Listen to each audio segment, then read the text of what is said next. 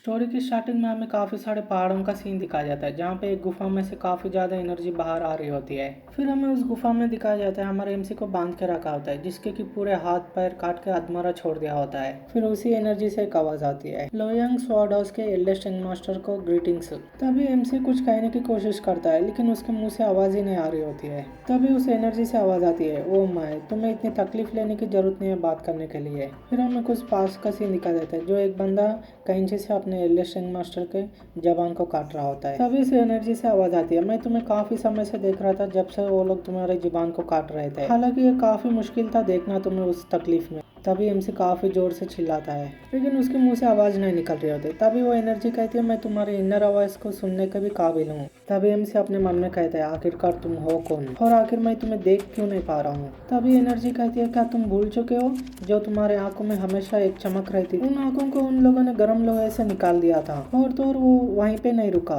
तुम्हारे सुंदर से हाथ जो कभी भी मजदूरी नहीं किए थे, उन्होंने उन्हें भी काट दिया था। और तो और तुम्हारे सुंदर से पैर जो कि सिर्फ हमेशा गार्डनों में फिरता था, उन्हें काफी बेरहमी से काट गया था। जब तुम अपने होश को खो रहे थे और आ रहे थे, तो उन्होंने उन्हें पीसेस पीसेस में काट दिया था। तभी एमसी कहते हैं, हाँ अब मुझे सब कुछ याद आने लग गया है। आखिर ये मैं कैसे भूल सकता हूँ जो मैं अब स्टेट में क्यों आया हूँ। फिर एनर्जी कहती है, अरे बाप रे, लगता है तुमने काफी ज्यादा यातना सही है। अगर सोचा जाए तो तुम्हें यहाँ लाके काफी ज्यादा समय हो चुका है। फिर एमसी उस एनर्जी से सवाल पूछता है, आखिर तुम्हें पता है मेरे फैमिली के साथ क्या हुआ? तभी वो एनर्जी काफी एमसी के पास आते हुए कहती है, हाँ देखा जाए तो अगर एक आदमी जो अपनी ही आत्मा सही नहीं पा रहा, वो अपने फैमिली के बारे में सडनली पूछ रहा है। तुम्हारे फैमिली को कम्प्लीटली खत्म कर चुके हैं वो लोग। एमसी वो सुन के काफी शॉक होते हुए कहता है, क्या? वो एनर्जी एमसी से कहती है, सोचो तुमने क्या क्या खो चुका हो। फिर हमें एमसी का क्लैन का सीन दिखा जाता है, जो कि कम्प्लीटली खत्म हो चुका होता है। तुम्हारे सारे पहचानक के लोग खत्म हो चुके हैं। तुम्हारी सबसे बड़ी बहन जो कि उसके हस्बैंड के द्वारा मौत तक मारे जा चुकी थी, क्योंकि उनसे एक फॉलन फैमिली के साथ रिश्ते नहीं रखना था। और तुम्हारे सेकंड सिस्टर जो कि एक स्वॉर्ड वुमन थी। तुम्हारी फैमिली खत्म होते कि उसका डैंटियन को डिस्ट्रॉय कर दिया और उसे बैंडिट्स के द्वारा काफी बेरहमी से मार दिया गया। तभी एमसी घबराते हुए कहता है, ये सब मुझे नहीं पता था, मुझे ये सब कुछ भी नहीं पता लेकिन मेरे फैमिली के पास तो मेरे आउटस्टैंडिंग 2 भाई थे ना, उनका क्या हुआ? तभी एनर्जी काफी एमसी के फेस के पास आके कहती है, क्या तुम्हें सच में कुछ भी नहीं पता? तुम्हारे छोड़ने के बाद, यानी कि एल्डे सन को घर छोड़ के दूसरे घर में शादी करने के बाद, क्या तुम्हें सच में नहीं पता तुम्हारे भाई ने क्या किया? उन दोनों ने फैमिली हेड के पोजीशन के लिए अपने आप को मार लिया, जब तुम अपने आप को किताबों में डुबा रहे थे। क्या तुम्हारे जैसा भी एक व्यक्ति सच में फेल हो गया ऐसा कुछ देखने के लिए? तभी एमसी कहते हैं, हाँ सच में मुझे नहीं पता था वो सब कुछ। आखिर मेरे जैसा एक ऑर्डिनरी पर्सन को क्या पता चलेगा? तभी वो एनर्जी कहती है, क्या एक ऑर्डिनरी ह्यूमन? क्या तुम मेरे साथ मजाक कर रहे हो? बोलता है। फिर हमें एमसी का बचपन का सीन दिखाया जाता है। तभी वॉइस उससे कहती है, जब तुम सिर्फ 4 साल के थे तब तुमने तुम्हारे मदर का हेल्प किया था, वो भी 24 वॉल्यूम्स में मेडिकल टेक्स्ट को अरेंज करने में। और जब तुम सिर्फ 5 साल के थे तब तुमने एम्परर से रिक्वेस्ट किया कि फार्मिंग का न्यू मेथड को अप्लाई किया जाए। और सिर्फ 6 साल की उम्र में तुमने स्वर्ग के संकेतों को समझ के हजारों लोगों से भूखमरी से बचाया। अगर तुम्हारे साथ जिंगजियांग को और चंगक्वेन को कंपेयर किया जाए, वो लोग कुछ भी नहीं हिस्टोरिकल फिगर्स के सिवा। और दोस्तों मैं बताता चलूँ, जिंगजियांग और चंगक्वेन का मतलब वो लोग कॉन्टिनेंट के सबसे समझदार लोग हैं। फिर वो एनर्जी तभी कह दिया, क्या अब तुम्हें सब कुछ याद आया? नहीं। एमसी उसे सुनकर चुप रहता है और अपने मन में कहता है, असल सच बात यह है कि मुझे हर एक बात एक एक सिंगल डिटेल के साथ सब याद है। असल में पैदा होते कि हेवनली किलिंग स्टार्स के साथ पैदा हुआ था। अगर मैं अपने आप को दुनिया के मामलों में झोंक दूंगा तो अगर काफ़ी सारे लोगों का खून बहेगा। तभी एनर्जी उससे कहती है, क्या तुम्हें अभी भी कुछ भी समझ नहीं आ रहा? या जो भी तुम्हारे आसपास लोग थे वो सब मर चुके हैं, अब तुम्हारी डेस्टिनी पहले ही हो चुकी है पूरी तरीके से। तभी एमसी कहता है, अंत में मैं भाग्य के कठोर शिक्षा से बच नहीं सका। अगर ये सब ऐसा है तो मैं सब कुछ भगवान के ऊपर छोड़ देता हूँ। कहते हैं कि स्वर्ग का जड़ बड़ा और ढीला बुना हुआ है, फिर भी इससे कुछ नहीं बचता। भले ही मैं आगे ना बढ़ूं, फिर भी दुष्टों को उनके कर्मों के हिसाब से उन्हें सजा जरूर मिलेगी। तभी इस एनर्जी में से हाथ निकलते हुए कहते हैं, ये कितना बेकार है, तुम्हें अभी भी कुछ भी समझ नहीं आ रहा है। फिर वो हाथ जाके एमसी का गला दबाने लगते हैं। क्या तुम्हें सच में लगता है हेवन से तुम्हारे जैसे ह्यूमंस के केयर करते हैं? अगर तुम्हें सच में उन लोगों को उनका कर्म के हिसाब से पनिशमेंट देना है, मुझे तुम्हें एक एंशिएंट कहानी सुनाने दो। फिर हमें एक कहानी बताई जाती है जहाँ पे बहुत सारे पहाड़ रहते हैं और ऊपर एक विशाल पक्षी उड़ रहा होता है। फिर हमें इस कहानी के बारे में बताता है, बहुत समय पहले जब एरा ऑफ मिथ था, वहाँ पे कुछ ऐसे लोग थे जो कि सच में एब्सोल्यूट कर्मा में यकीन करते थे और उन्होंने अपने आप को झोंक दिया एनलाइटमेंट के लिए। उन लोगों का अटूट विश्वास था ईविल लोगों को मरना चाहिए बोल के। फिर हमें पीछे सीन में दिखाया जाता है जहाँ पे काफी सारे पापियों को जला रहे होते हैं। फिर हमें वही वॉइस फिर से बताती है वो लोग भरोसा करते थे क्योंकि उनका कर्मों का फल एक दिन जरूर मिलेगा बोल के। हालांकि जो पापी लोग थे वो लोग पाप करना चालू रखे थे। वो लोग उनकी जिंदगी काफी लग्जरियस तरीके से जीते थे और काफी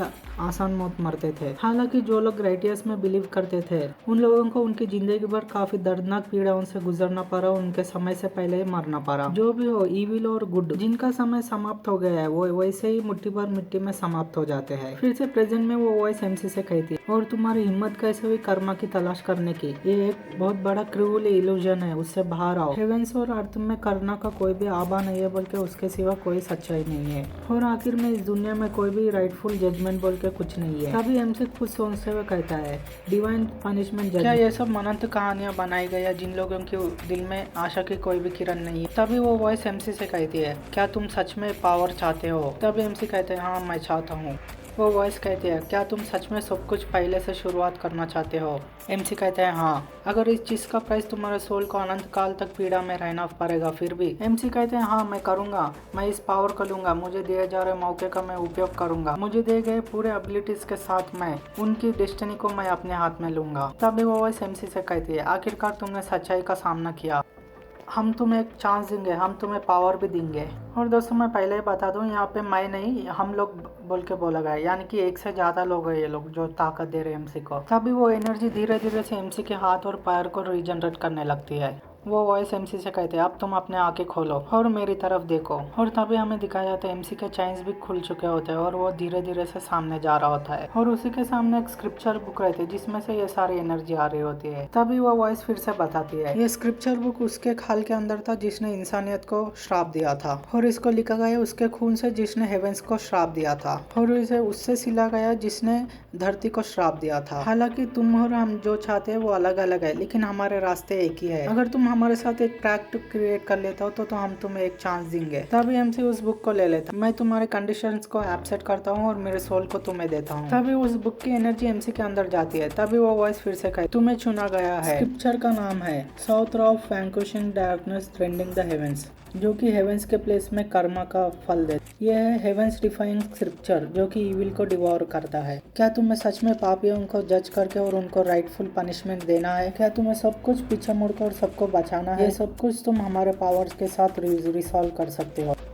हम तुम्हें एक चांस देते हैं, अब से तुम अपने आप को डार्कनेस में ढक लेना। और तभी हमें दिखाया जाता है एमसी की बॉडी में एनर्जी जाके वो एमसी की बॉडी बदलने लगती है और वो फिर धीरे से आके तभी वो वॉइस फिर से कहती है शैडोज के साथ उन सभी को नीचे झुकाओ और बन जाओ डार्कनेस का रूलर और सबको कर्मा के फल देने वाले। फिर हमें तभी अगले सीन में लू यांग स्वॉर्ड हाउस वांगुक पवेलियन येल्ले सेन मास्टर का क्वार्टर्स दिखाया जाता है। तभी एमसी अपने आंखें खोल के उठ के काफी घबरा जाता है, जोर जोर से सांसें लेते हुए आजू बाजू देखता है। ये कमरा तो मेरा है जो कि मेरा रूम वांगुक पवेलियन में था। फिर वो बिस्तर से नीचे उतरते हुए कहता है वो लोगों ने कहा था वो लोग मुझे एक मौका देंगे, क्या वो लोग सीधा सीधा मुझे पास्ट में भेज दिए हैं? फिर वो अपना चेहरा देखता है आईने में। पास्ट में वो लोगों ने मुझे भेजा है फरवरी मंथ मेरा 17वां साल, जो कि सब ट्रेजेडी यहाँ से शुरू हुआ था। तभी कमरे से बाहर से आवाज आती है क्या एल्डे सेंग मास्टर जाग चुके हैं? तभी एल्डे सेंग मास्टर काफी हैरान होते हुए सुन रहे होते हैं। तभी फिर से बाहर से आवाज आती है मुझे यकीन नहीं हो रहा है कि लो यंग सॉडस का एल्डे सेंग मास्टर जो कि सेंट्रल प्लान्स में ग्रेटेस्ट फैमिली है वो ऐसे स्टेट में है।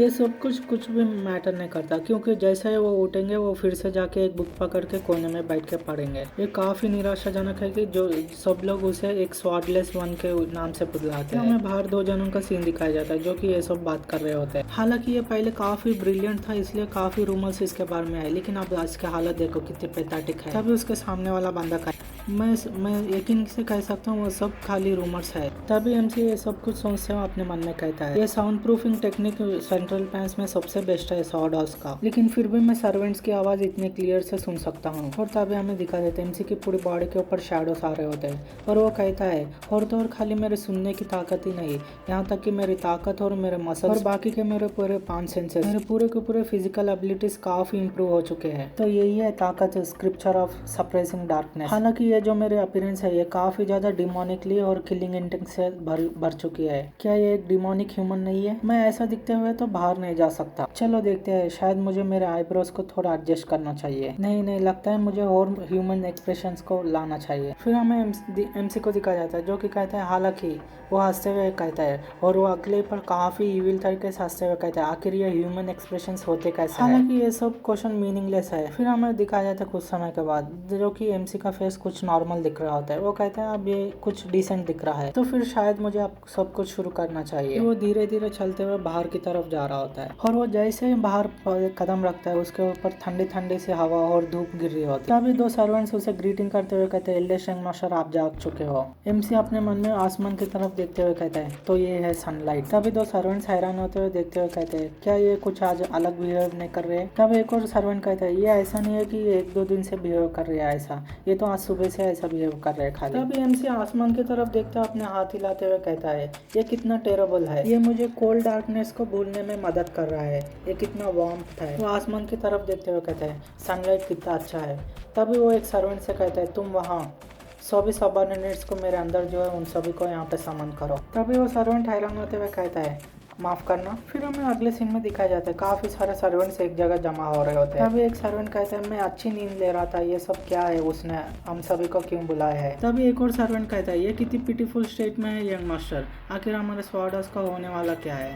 और तो और इसे सब लोग स्वॉर्डलेस मैन बोल के बुलाते हैं। तभी वो पहले वाला सर्वेंट अपने मन में सोचता है, आखिर ये हम सबको बुला के यहाँ पे क्यों साइलेंट ठहरा है? क्या वो हमारे ऊपर दबाव डालने की कोशिश कर रहे हैं क्योंकि वो एक एल्डेस्ट इंसान है? तभी एमसी सामने से कहता है, क्या सभी लोग यहाँ पे आ चुके हैं? तभी वो पीछे पलटते हुए कहता है, अब से तुम सभी लोगों की कोई भी जरूरत नहीं है वांगुक पवेलियन में, तुम सब लोग चले जा सकते हो यहाँ से। वो सुनकर सारे सर्वेंट्स शॉक होते हुए कहते हैं, मास्टर आप ये क्या कह रहे हैं? जाके चीफ स्टूवर्ड ऑफिस में जाके अपने आप रिजाइन कर दो अभी के अभी। तभी एक सर्वेंट गुस्से में और घबराते हुए कहते हैं, आप अगर हम सभी को सडनली निकाल देंगे तो हम सब क्या करेंगे? हम ऐसी बात नहीं मान सकते। तभी सारे सर्वेंट चिल्लाते हुए कहते हैं, आखिर हम सब लोग जाके चीफ स्टूवर्ड को क्या समझाएंगे? ये सच में बहुत बेकार बात है, हम ये बात नहीं मान सकते। तभी हमसे अपने मन में सोचा है, आखिर मैं कितना फूलिश था पिछली जिंदगी में मैं सोचता था अगर मैं सामने वाले से अच्छा रहूंगा तो सामने वाला भी अच्छा रहेगा मेरे से। हालांकि वो लोग इमीडिएटली अगर अच्छा ही नहीं दिखाएंगे फिर भी वो लोग कभी ना कभी दिखाएंगे टाइम आने पर, सोचता था मैं। नहीं, मैं सोचता नहीं था, मैं उस पर बिलीव करता था। तभी एमसी काफी इविल सी हंसी हंसते हुए कहता है, एक सर्वेंट को बुलाते हुए कहता है, तुम वहाँ यहाँ पे आओ। तभी एमसी उस सर्वेंट से पूछता है, आखिर मैं कौन हूँ? आप एल्डेस्ट यंग मास्टर और लुआंग स्वॉर्डर्स का? हाँ, मैं योंग सुयंग एल्डेस्ट यंग सन हूँ इस फैमिली। और तुम जो कि मेरे कमांड सुनने से मना कर रहे हो, जो कि तुम मेरे सबऑर्डिनेट हो, मैं जो एल्डेस्ट यंग सन हूँ इस फैमिली का, तुम मेरी बात नहीं मान रहे हो।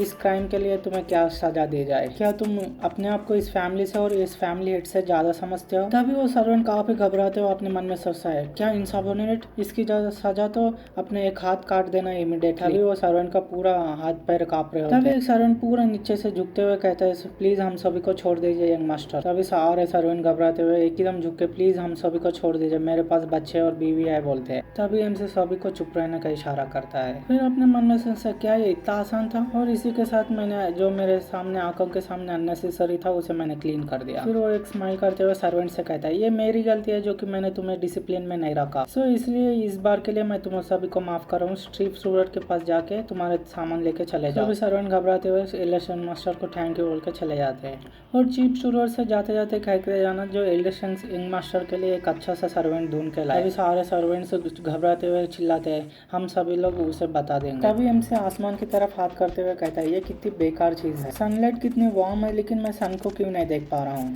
क्या सन ने भी मेरे से मुंह फेर लिया है? तभी हमें एक आवाज में बताया जाता है, अब से तुम डार्कनेस में सांस लोगे और जजमेंट के स्वॉर्ड के साथ स्ट्राइक करोगे और सभी कर्मा करने वालों को पनिश करोगे इस दुनिया में, और तुम्हें बनना होगा वर्नेबल द डार्कनेस का। तभी एक सर्वेंट किसी से कहता है, मेरे पास एक अर्जेंट मैटर है रिपोर्ट करने के लिए। तभी वो बंदा किसी के कान में जाके कहता है, एल्डेस्ट यंग मास्टर ने आंखों को कानों को पूरे क्लियर कर दिया उनके पवेलियन से। तभी वो वहाँ से चेयर पे से उठते हुए कहता है, वो उस वर्थलेस बग को इतनी हिम्मत कहाँ से आ गई? अगले सीन में हमें चीफ शूरट का ऑफिस दिखाया जाता है। तभी चीफ शूरट अपने मन में सोचते है, आखिरकार ये दिन आ चुका है, मुझे पहले से ही पता था ऐसा दिन कभी न कभी आएगा। एक ऐसा व्यक्ति जो कि 10 साल से इस दुनिया के चक्करों में नहीं पड़ रहा था, वो सडनली अपने सारे सर्वेंट्स को निकाल देगा। फिर हमें दिखाया जाता है ये चीफ शूरट है। वो अपने मन में कहता है, मैं अभी भी वो चीज भूल नहीं पा रहा जो कि एल्डर शेंगसंग ने लिया था, एक स्टांस जो कि स्वॉर्ड के साथ। तो हमारे एमसी का सीन दिखाया जाता है जो कि स्वॉर्ड लेके स्टांस में था। तो अगले पर स्वॉर्ड को सिंक कर देते हैं काफी देर से। वहाँ के सब लोग शॉक हो जाते हैं। तब स्टीव स्टुअर्ट कह रहे थे,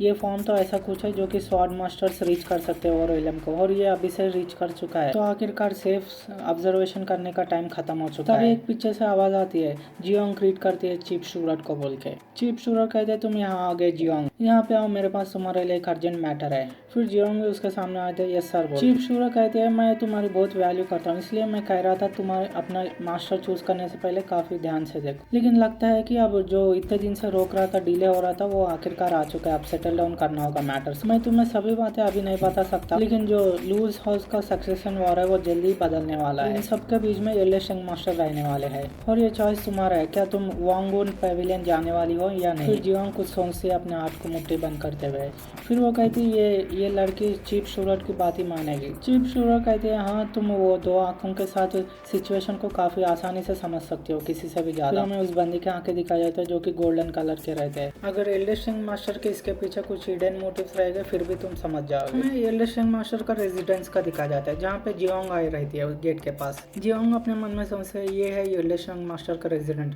मैंने सुना था पहले ये काफी बड़ा और काफी ग्रैंड है, लेकिन कभी देखा नहीं था। अब देख रहे हो तो सच में बहुत बड़ा है। हालांकि देखा जाए तो एल्डर शेंग मास्टर काफी समय से सर्कुलेशन में है। तभी एक गार्ड उससे पूछा, आखिर तुम कौन हो। तभी जियोंग कहते हैं उस गार्ड से, मैं चीफ शूरट के ऑफिस से भेजे गए हूँ, मैं एल्डर शेंग मास्टर के अटेंडेंट बनने वाली हूँ। फिर वो अपने मन में सोचे, आखिर इस गार्ड के साथ क्या गलती है, ये इतने डे के टाइम में क्यों सो रहा है गेट के पास। और देखा जाए तो ये लोग कोई मामूली गार्ड्स भी नहीं है, ये लोग एक एक्सपर्ट गार्ड्स है।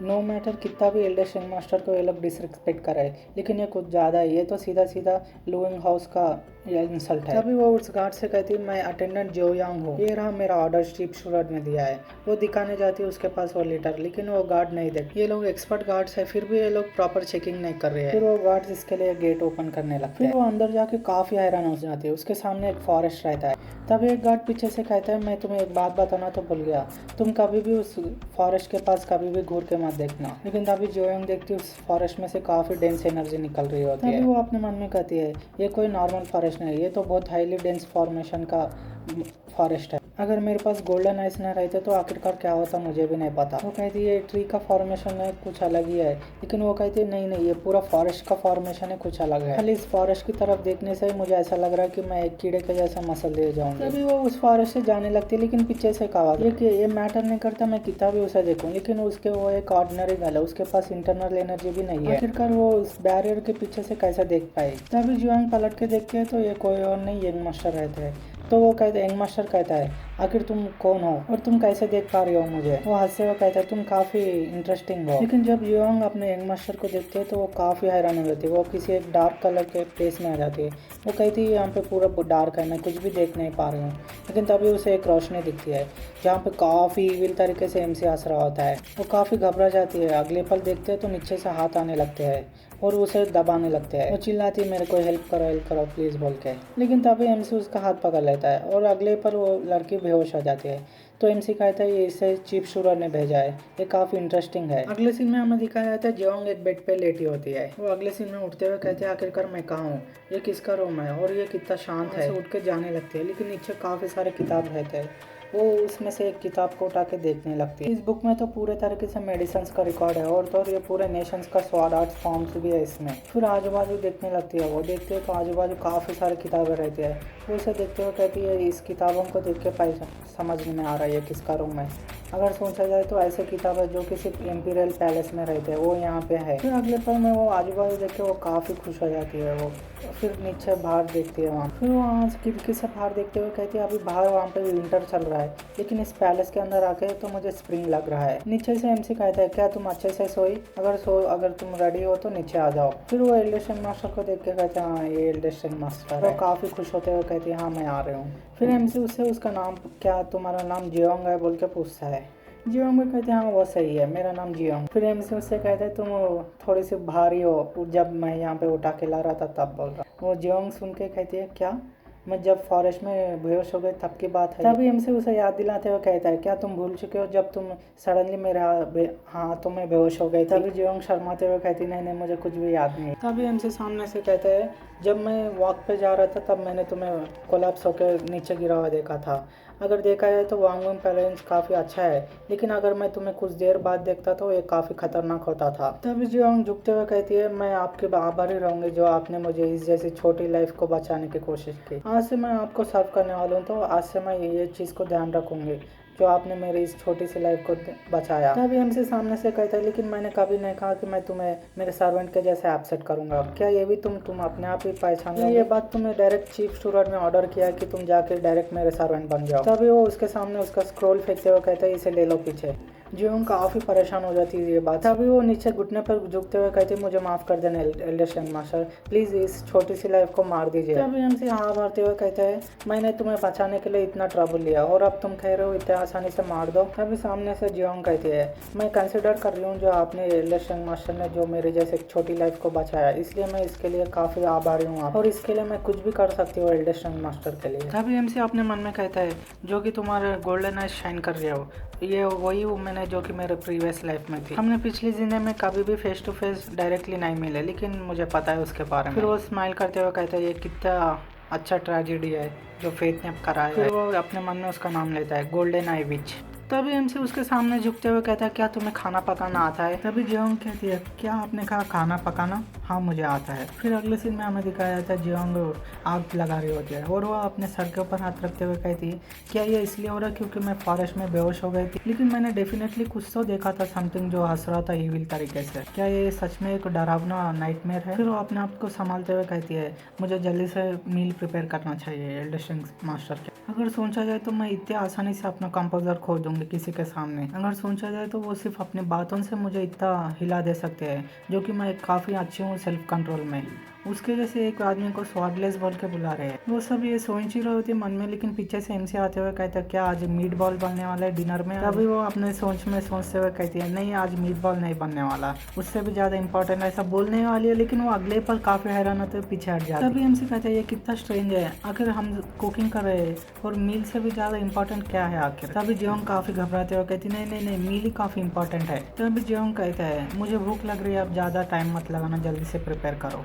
तभी जियोंग कहती है यस मास्टर। फिर कुछ देर के बाद दिखाया जाता है जियोंग ने काफ़ी सारा खाना बनाया होता है और वो कहती है प्लीज़ मास्टर एंजॉय कर जाए अपने खाने को। एमसी कहता है तुमने काफ़ी ज़्यादा खाना बना दिया इतने छोटे समय में, ठहरी मत रहो यहाँ पे आके बैठ जाओ। तभी जियोंग कहती है नहीं अभी मैं आपके साथ नहीं खा सकते, आपका होने के बाद मैं खाऊंगी। तभी यंग मास्टर काफ़ी सीरियस होते हुए कहते हैं बैठ जाओ, मुझे 2 बार बोलने की आदत नहीं है। तभी जियोंग काफ़ी घबराते हुए कहते हैं मैं समझ। तभी वो उसके प्लेट में कुछ मीट बॉल डालते हुए कहते हैं इसे भी ट्राई करो। जियोंग उसे खाते हुए कहते हैं मास्टर। फिर एमसी उसे और खाना देते हुए कहते हैं इसे भी खाओ, लेकिन वो कहती है मैं आपके पहले कैसे खा सकती हूँ? काफी सीरियस फेस बनाते हुए कहते हैं अभी मैंने कहा खाओ। तभी वो भी काफी घबराते हुए परेशान होते हुए कहती है यस बोल के वो खाने लगती है। एमसी पूछता है क्या ये अच्छा है? तो वो कहती है हाँ ये अच्छा है। एमसी कहते हैं फिर तो मुझे भी कुछ खाना चाहिए। फिर एमसी खा के कहते हैं खुश होते हुए हाँ तुम अच्छा बना लेते हो खाना, ये काफी अच्छा है, मेरे लिए एक और बॉल ला दो। ये काफी अच्छा है, मेरे लिए एक और बॉल ला बोल के ऐसा एक और बॉल करते हुए बहुत सारे बॉल। तभी जियोंग माफी मांगते हुए कहती है एल्डर शैंग मास्टर अभी राइस और नहीं है, मुझे माफ करना। तभी एमसी अपने हाथ में से चॉपलेट्स निकलते रखते हुए कहते हैं मैं अभी भी थोड़ा सा अनसेटिस्फाई हूँ, लेकिन ये अच्छा है फुल होने से। तो फिर मैं अपने आप को एक्सक्यूज देता हूँ। जियोंग पीछे काफ़ी हैरान होते हुए देखते हुए तो एमसी ने काफ़ी सारे प्लेट खा लिए होते थे। तो वो कहती है क्या मैं आपके लिए कुछ चाय प्रिपेयर करूँ? एमसी कहते हैं अगर थोड़ा लिक्विड रहेगा तो वो अच्छा रहेगा। फिर हमें रात का सीन दिखा जाता है। एमसी अपने मन में सोचता है मैंने काफ़ी सारा खाना खा लिया, लेकिन फिर भी मैं अनसेटिस्फाई क्यों हूँ, अभी भी मुझे भूख लग रही है। अगर सोचा जाऊँ तो ये इसलिए हो रहा है शायद हेवेंस सप्रेसिंग डार्कनेस स्क्रिप्चर के वजह से हो रहा है, शायद यही इसका प्राइस है। अगर सोचा जाए तो एक ईविल एंटिटी का एक मैंने जो बुक एक्वायर किया जो कि टाइम को पीछे और फेथ को भी ट्विस्टेड कर सकती है, तो ये उसके सामने कुछ नहीं। लेकिन अगले ही पल उसका ही शैडोवंस आके उसको ही घेरने लगता है और उसके अंदर जाके एक एनर्जी बाहर आने लगती है।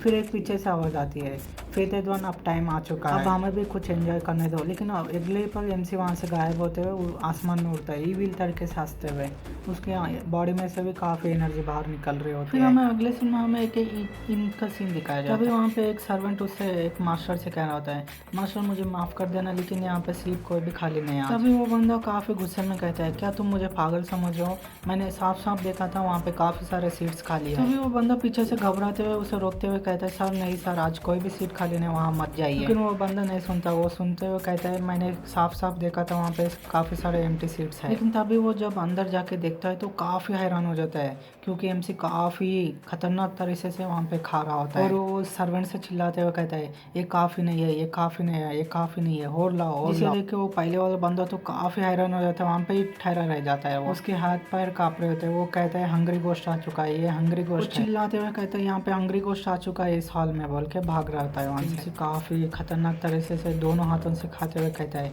ये काफ़ी नहीं है, ये काफ़ी नहीं है। और वो पीछे तभी पलट के देखता है और वो वहाँ से जाने लगता है। उसे देख के उसके बॉडी में से काफ़ी खतरनाक डिमोनिक एनर्जी निकल रहे थे, जिसे देख के इनमें सभी लोग परेशान हो रहे होते हैं, घबरा जाते हैं वो लोग। तभी वो इस इनके ओनर के पास जाके कहता है, आखिर कितना हुआ।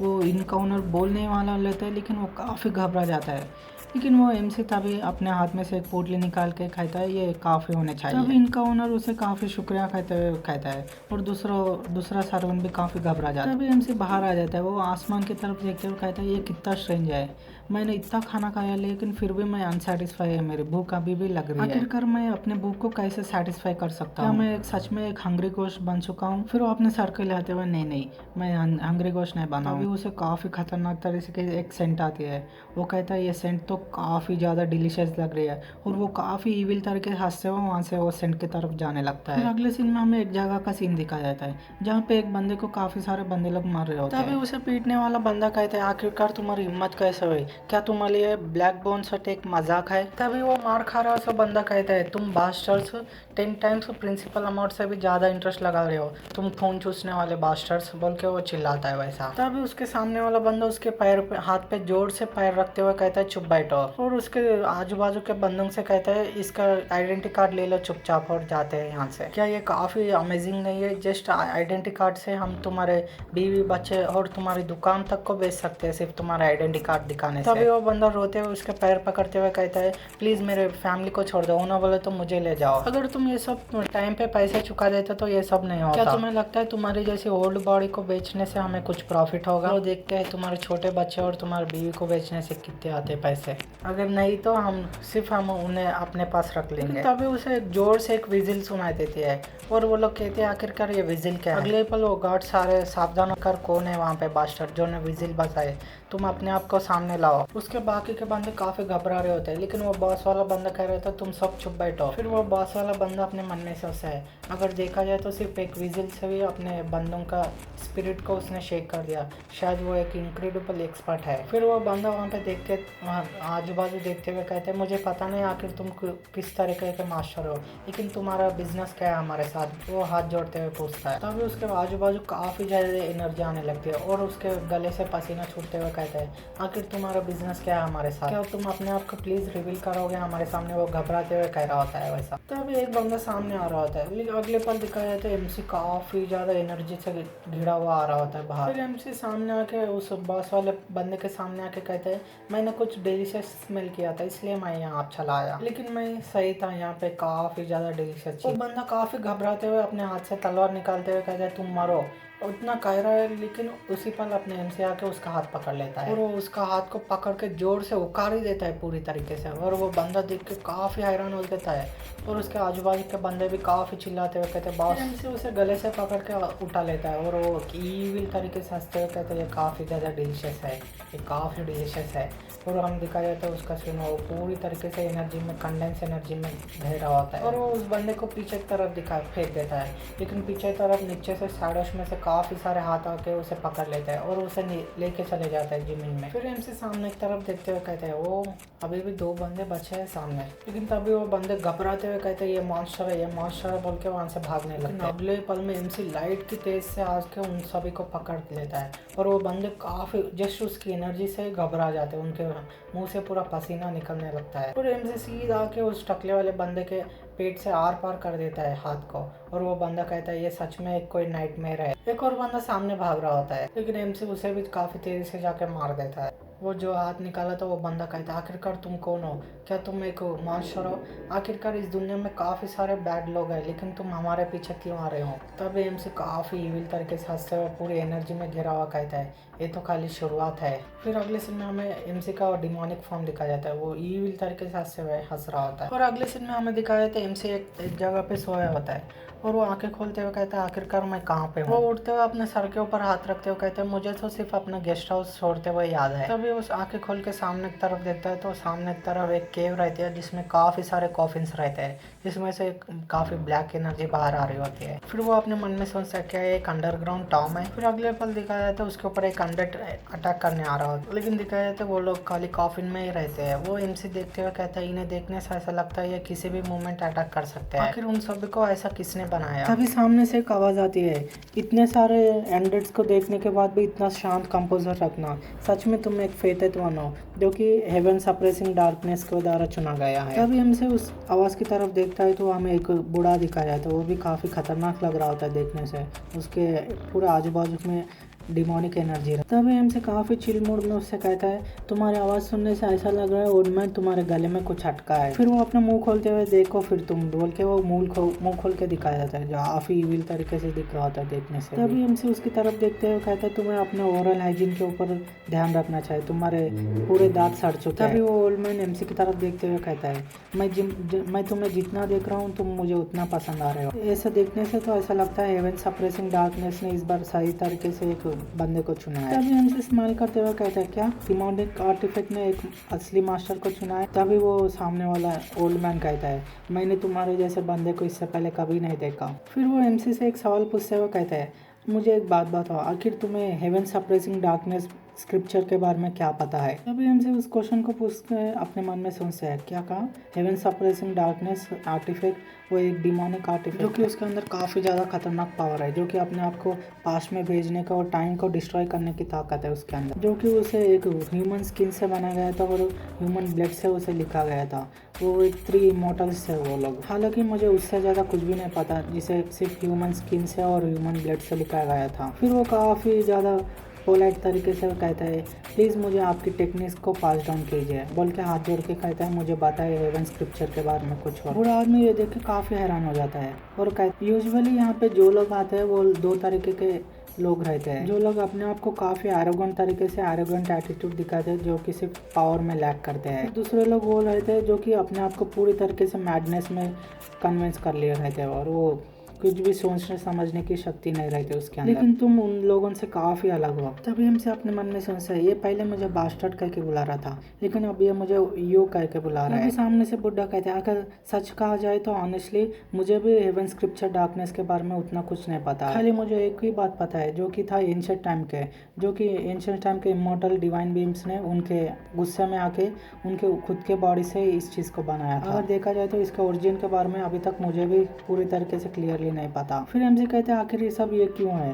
तभी वो बुढ़ा सामने से कहता है ये इसलिए क्योंकि मैं भी एक इमॉर्टल हूँ। अपने आप को सुधारते हुए कहते हैं नहीं मैं एक इमॉर्टल था, मैं सिर्फ एक धूल के सिवा कुछ भी नहीं बचा हूँ। तभी एमसी उसे काफी सीरियस तरीके से देख रहा होता है और उसकी बॉडी थोड़ा थोड़ा सा डिवॉर हो गया। सामने से बुढ़ा कहता है हालांकि मैंने काफी सारे हजारों साल गुजारे इसके डिमोनिक आर्टिफैक्ट के ऊपर स्टडी करने से, और मुझे एक चीज़ पता चली है अगर हमें एक चीज़ का आंसर मिलता है तो 2 क्वेश्चन आ जाते हैं, फिर 2 का आंसर मिलता है तो फिर 3 आ जाते हैं। हालांकि मैं इसे रोक नहीं सकता क्योंकि मुझे रोकना नहीं है, लेकिन फिर भी मैं इसे कुछ भी नहीं समझ पाया हूँ। तभी एमसी इस बात को सुन के अपने मन में सोचता है मुझे यकीन नहीं हो रहा कि एक फॉर्मल इमॉर्टल ने हजारों साल गुजारे इस डिमोनिक आर्टिफैक्ट के ऊपर स्टडी करने से, लेकिन उसे भी आंसर अभी तक पता नहीं चला। फिर सामने से बुढ़ा कहता है मैं अब तक काफ़ी सारे फेटेड वन को देख चुका हूँ जो कि इस डिमोनिक आर्टिफैक्ट का मास्टर बनना चाहे, लेकिन वो सब लोग फेल हो चुके हैं और वो सभी ऐसे चमकते तारे थे जो कि आसमान में रात के चमकते तारे के जैसे चमकते थे,